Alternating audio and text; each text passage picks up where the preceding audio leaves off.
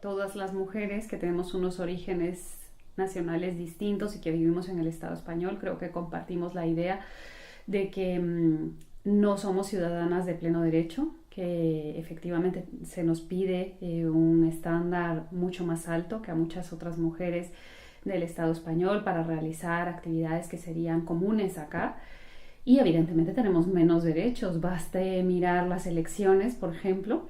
Se acercan las elecciones generales. ¿Cuántas mujeres racializadas van a poder votar en las elecciones generales? El solo hecho de avanzar en las elecciones municipales, por ejemplo, fue ya un gran avance, pero que siempre tenemos una larga batalla para estar en el mismo nivel, en la misma sintonía en la que están otras ciudadanas que son españolas. Cuando hablamos del feminismo blanco, en general las mujeres racializadas no hablamos de un color de piel, hablamos de una manera de pensar, de una manera de ver la vida, y evidentemente no me puedo sentir representada por esa modalidad de feminismo porque yo estoy atravesada por las fronteras, estoy atravesada por la racialización y estoy atravesada evidentemente por todo aquello que es lo distinto, la otredad, lo diferente, y no me puedo sentir representada por un feminismo que promueve una receta única, por ejemplo, contra la violencia hacia las mujeres, y que promueve una única manera de mirar la vida cuando yo vengo de un mundo donde la vida se ve de una manera absolutamente distinta. Yo creo que lo que está ocurriendo es que no hay una escucha respetuosa, no hay una conversación respetuosa con otras formas de ver el feminismo, y en general se tiende a pensar que el feminismo tiene 3 siglos de existencia, cuando en mi opinión y en la opinión de muchas otras feministas, el feminismo tiene mucha más historia que solamente 3 siglos. Yo creo que el feminismo es tan antiguo como las resistencias de las mujeres, y las resistencias de las mujeres son tan antiguas como las opresiones patriarcales. Ahora bien, ¿quién ha contado en la historia? Cuenta quien tiene la posibilidad de levantar la voz, quien tiene la posibilidad de escribir sobre esa voz y quien tiene la posibilidad de que se publique sobre su historia. Las mujeres racializadas en España han estado limpiando las casas de las feministas incluso mientras ellas escribían y mientras ellas contaban la historia. No es posible entonces que las mujeres todas podamos hablar de contar como sujetos políticos, porque mientras unas sigamos estando infrarrepresentadas en los espacios de poder, incluso dentro de los espacios de poder que las feministas hemos construido, no podemos hablar de una igualdad real. Entonces, si en el análisis de esa deconstrucción del poder no se tiene en cuenta que hay sujetos políticos, incluso dentro del feminismo, que tienen unos privilegios que también hay que abolir o cuando menos cuestionar, evidentemente no se puede avanzar. Yo conversaba con una de mis compañeras que hizo parte del comité organizador de la manifestación, de la concentración que hubo delante del CIE, y ella me decía muy descorazonada que prácticamente, me decía, estuvimos las mismas personas que integramos el comité dentro de la gran organización del 8M de Madrid. Y yo creo que esto habla por sí mismo, porque aunque es un buen primer paso y que tiene mucho de simbólico el hecho de que se diera inicio en el CIE a muchas de las acciones feministas, o por lo menos de la semana del 8M, también cuenta mucho de la realidad, quiénes finalmente estaban allí y cuántas personas se concentraron allí. Yo creo que la realidad nunca se puede medir en números, y muchas mujeres racializadas no podíamos estar allí, aunque hubiésemos querido. Y muchas mujeres no se pudieron manifestar allí porque en general las mujeres racializadas tenemos mucho más complicado el poder asistir a determinadas actividades. Entonces estamos infrarrepresentadas incluso en aquellos lugares donde más nos interesaría estar. Pero también todas las mujeres interesadas en el 8M han conocido el calendario de actividades que había, y aún así había muy pocas personas en el CIE. Y esto yo creo que no hace falta darle mayores explicaciones. Está claro que no se logra comprender que la lucha antirracista es una lucha que debería ir de la mano del feminismo.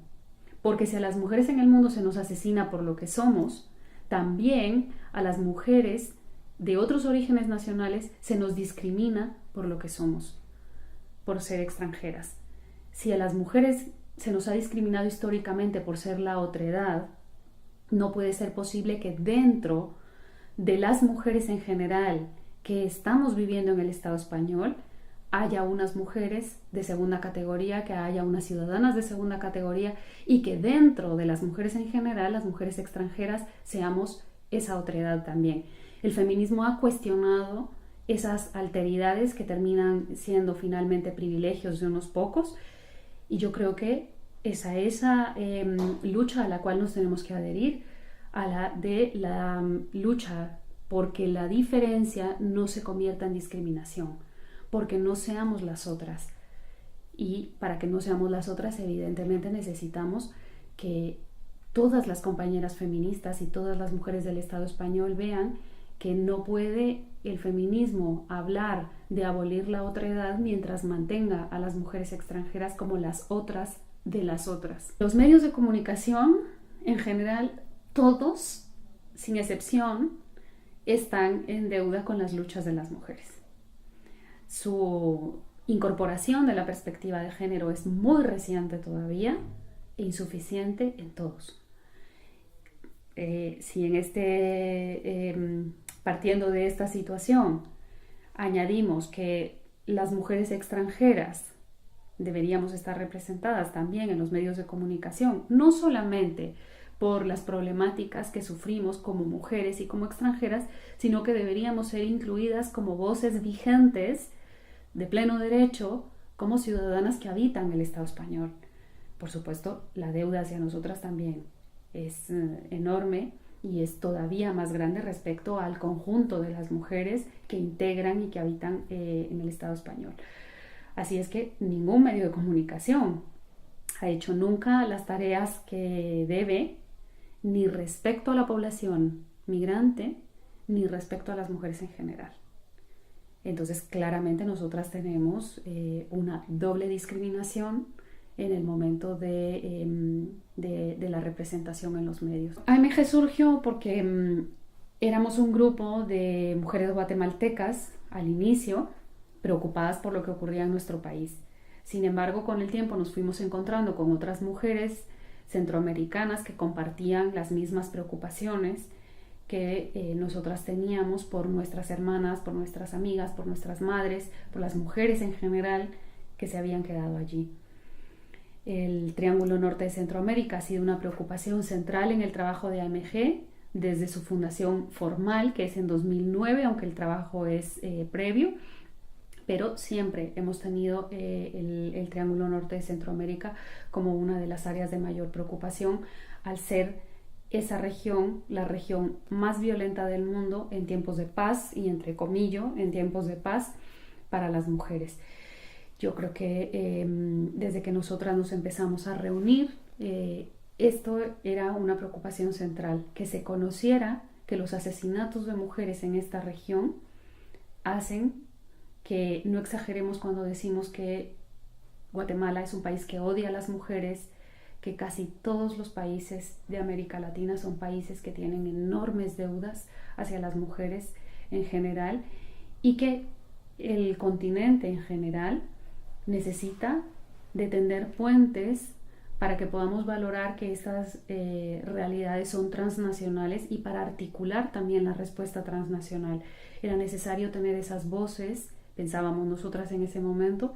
que pudieran tejer esos puentes transnacionales y que pudiéramos empezar a avanzar sobre la idea de que los asesinatos de mujeres están presentes en todo el mundo, de que otras formas de violencias extremas contra las mujeres están presentes en todo el mundo, y que allí donde las mujeres nos encontremos debemos levantar la voz y debemos contar no solamente lo que pasa en nuestros países, sino contar también lo que nos pasa en el país en el cual estamos habitando. Hubo una época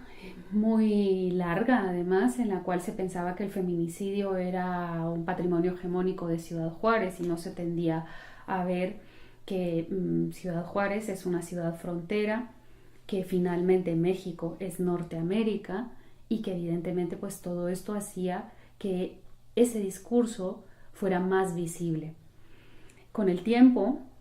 el trabajo de muchas feministas consiguió desvelar que en el propio país mexicano no era ni siquiera el estado de Chihuahua, no es ni siquiera el estado de Chihuahua donde más asesinatos de mujeres se cometen, sino que se cometen más asesinatos de mujeres en otros estados. Entonces, esto evidentemente interpelaba el hecho de hablar no solamente de los números como para pensar que el feminicidio es una realidad social basada en la cantidad de asesinatos de mujeres que se cometen, lo cual es un error conceptual ya de partida, y también empezaba a abonar la idea de que no se podía hablar de los asesinatos de mujeres solamente en México, que teníamos que hablar de los asesinatos de mujeres en todo el mundo, porque el feminicidio es el exterminio más antiguo que la humanidad conoce y es también el más impune y el que más diseminado está a lo largo y ancho del planeta. No ocurre solamente en Ciudad Juárez, no ocurre solamente en la India, no ocurre solamente en el Triángulo Norte de Centroamérica, está en todos los lugares del mundo, está también aquí en el Estado español, a pesar de que haya una negación sistemática del feminicidio como una realidad española también. Los asesinatos de mujeres son parte de los crímenes que más alimentan las tasas de impunidad en Guatemala y en general en muchos países de América Latina. Pero en Guatemala hubo un momento en el cual el índice de impunidad era del 98%. Entonces estamos hablando de realidades en las cuales es muy necesario diferenciar entre la existencia de las leyes. Guatemala tiene una ley contra el femicidio desde hace mucho tiempo y tiene otras leyes, ha suscrito convenios internacionales, con lo cual es necesario darse cuenta de que lo que falla en este estado es la aplicación de la ley.